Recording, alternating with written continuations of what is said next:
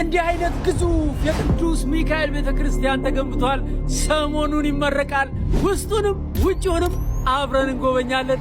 ኑ በአምላኩ በእግዚአብሔር ፊት ቆሟል። ለተጨነቀች ነፍስ ምሕረት ይለምናል። ጨለማው እንዲሸሽ እንዲሆን ብርሃንም ኦ ቅዱስ ሚካኤል ሰአለነ እንበል።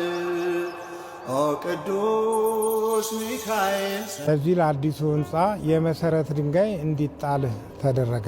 ምን አይነት ህንፃ ቤተክርስቲያን ይሁን የሚለው ደግሞ በጣም ብዙ አከራከረ። ከብዙ ውጣ ውረድ በኋላ በመጀመሪያ ይሄ ህንፃ ቤተክርስቲያን ዲዛይኑ እንዲጸድቅ ተደረገ። ይህ እንግዲህ ከሞላ ጎደል እስከ 8 ወር 9 ወር የፈጀ ይመስለኛል። ከዛ በመጋቢት 2005 ዓመተ ምህረት የመሰረት ቁፋሮ ተጀመረ።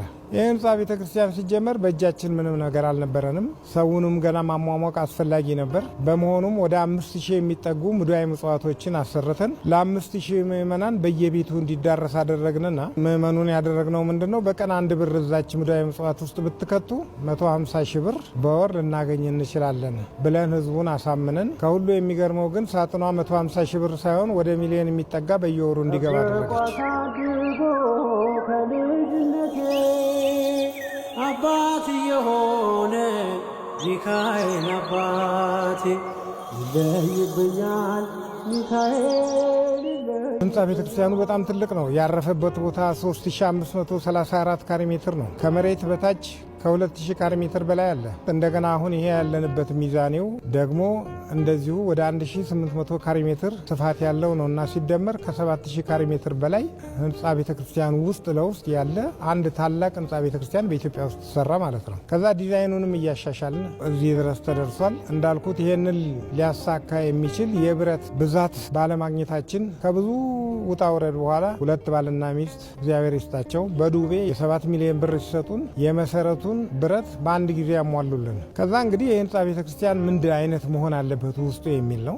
የህንፃ ቤተክርስቲያን 3 አይነት አሰራሮች አሉ።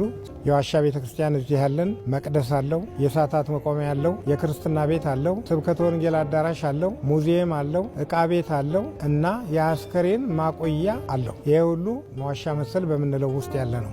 መቅደሱ ውስጥም ያሉት የአባታችን የአቡነ ገብረ መንፈስ ቅዱስ ታቦት ነው ማለት ነው። ወደ ላይ ስንወጣና ከመሬቱ ጋር እኩል የሆነው 00 የምንለው ደግሞ ሰቀላ ወይንም ደግሞ ካቴድራል የሚባል ሙሉ በሙሉ ዘመኑን በዋጀ ቅርጽ የተሰራ ነው። ይሄ ሁለተኛው ሲሆን በዚህ መቅደሱ 3 መንበሮች አሉት፣ 3 ታቦታት አሉት እና ሙሉ በሙሉ ይሄ ቦታ የተዘጋጀው ለሚቆርቡ ሰዎች ብቻ ነው። እላይ ስንወጣ ደግሞ ክብ ቤተክርስቲያን እናገኛለን። መቅደሱን በመሃል አድርገን ዙሪያውን መዞር የሚያስችል ራሱን የቻለ ስፋት ያለው ቦታ አለ። ይሄ ደግሞ የክብ ቤተክርስቲያንን ቅርጽ ያሟላ ነው ማለት ነው።